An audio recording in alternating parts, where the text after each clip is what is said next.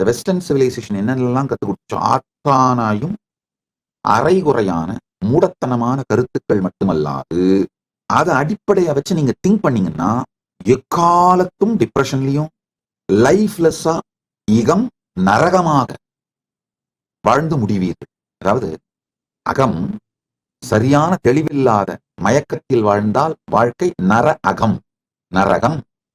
தெளிந்த புரிதலோடு ஞானத்தோடு அகம் இருக்குமானால் வாழ்க்கை சொர்க்கம் ஆயிடும்.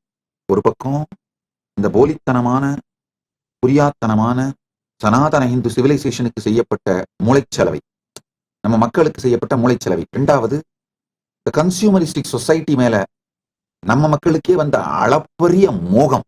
இதனால நம்முடைய மிகப்பெரிய ஞானம் வாழ்க்கை முறையாக இல்லாமல் போனது. நல்லா புரிஞ்சுங்க.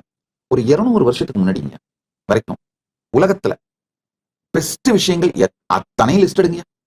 Best cloth, best jewellery, tallest building, largest poetry, largest quantity of இந்த ரேர் மினரல்ஸை எடுத்து ப்ராசஸ் பண்ணி எக்ஸ்போர்ட் பண்றது, largest and best pearls harvest பண்ணி எக்ஸ்போர்ட் பண்றது, கோல்டு, அத்துணையும் இந்த அத்தான லிஸ்டும் போடுங்க.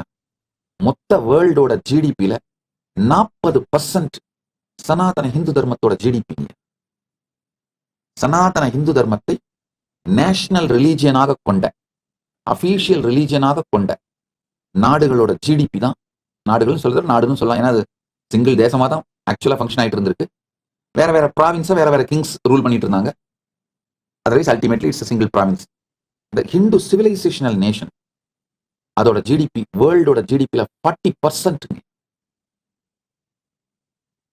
என்ன civilisation? World's tallest building Hindu civilisation தான் இருந்தது. World's best architecture Hindu civilisation தான் இருந்தது. லார்ஜஸ்ட் யூனிவர்சிட்டி இந்து சிவிலைசேஷன் தான் இருந்தது.